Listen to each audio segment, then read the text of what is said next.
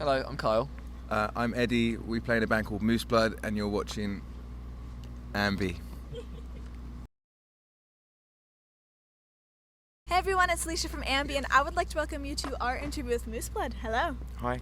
Hello. How are you both doing? Yeah, good. Good, thank you. I just want to say welcome to Toronto. We're excited to have you here. Cheers, nice to be here. It's freezing, but it's nice. It's not that bad. It's pretty cold. Well, I just want to kick things off by discussing this current tour you're on with the Wonder Years. Even though you're a few shows in, how's everything been going so far? It's been great. We're having a lot of fun, haven't we? Yeah, it's been really good. Everyone's really friendly. It's quite cool. Yeah, making friends already, which is nice. Yeah, it's been great to come over here and play, massive rooms and have a bunch of people watching us is fantastic. And plus we're fans of all the bands, so it's nice. It must be nice seeing all the hard work pay off, because I remember when staffers would cover you guys in smaller venues in England. Now you're over here, so that's awesome. Yeah, we've been busy, so Yeah. it's nice. Yeah. Well, it's great that you also knew a couple of the bands, and there's none of that initial awkwardness when you're Yeah. like, oh, can I speak with them? Yeah. It's a good that great was out start. of the way. Well, I feel like you've been taking your music everywhere this year. You've been to Copenhagen, Germany, Australia, China. Do you have any highlights from any of those spots? Everywhere's so wildly different all over the Yeah. world. Australia was like a huge fun one for us. Is once we got over the jet lag and stuff, and kind of made friends with people over there. When you suddenly realise how far away from home you are, it's pretty overwhelming that you get any reception at all. Everywhere's so different. What have you got? Playing in China was just a great experience, just because it's one of them places you never think you're going to go play, That was great. Australia was fantastic. Europe was good.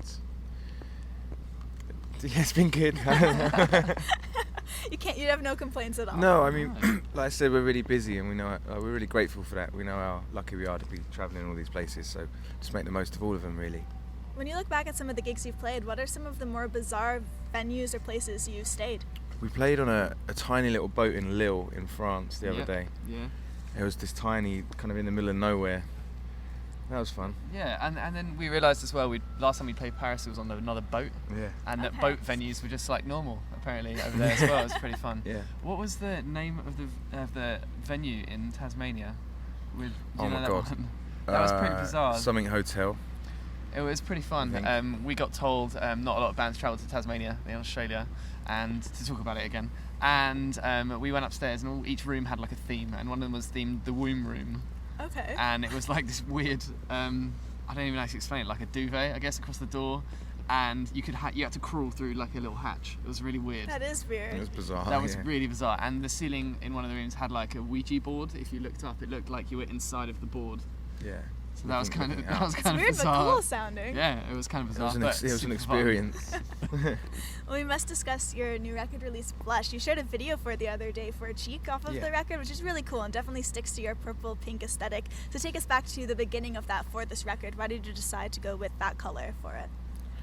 I can't remember when it happened. I was gonna say, I can't remember. I think we had ideas for like the whole aesthetic of the record before we even started writing the songs. We knew we wanted a theme, which would be the pink colouring, and yeah, but I can't remember when that conversation happened or I remember why. it kind of got dotted around of the colours, and we tried a couple colours, and pink was the first one that we decided on, and we ended up going back to it.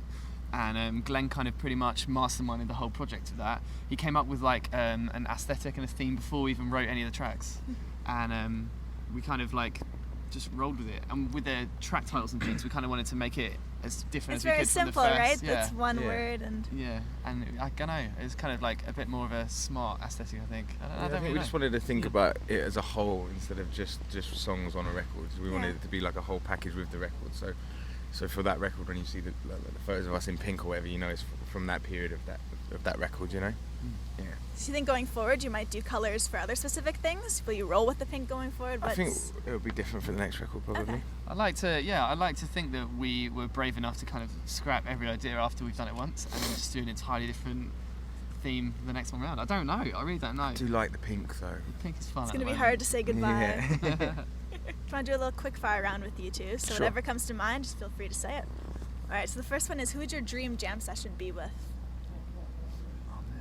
Oh, man. I would go with American Football because we just listened to the record in the van and it was pretty crazy. The first listen through. Already it seems better than anything I've ever written, just from track 2. Yeah. I'd like to write some songs with One Direction. What's the worst job you had as a teenager? Oh my god. I worked in a factory making little metal things. I lasted 3 days and left on my lunch break. It was really bad. As a teenager, I worked in like a farm shop for like produce and things. It wasn't bad, but a couple of the jobs related to that were pretty bad. Where like if something was out of date on like a sell-by, he would just like tell me to just rub the date off, make up a new date, and put a sell-by back on, which terrible. years later is incredibly immoral. What's one of the weirdest or coolest things a fan has given you? Like it's for me, sometimes it's the impactful letters. So someone will write something that's really, really personal, and it's to do with like a song that they've heard at a particular point in time in their life, and it's pretty like heartwarming to hear some of the stories and stuff that when you read them back, you're just like, wow, that's like made a huge impact. I think drawings are really cool. I've had a couple of drawings of me. That kind of blows my mind that anyone would waste their time drawing me, but it's fantastic.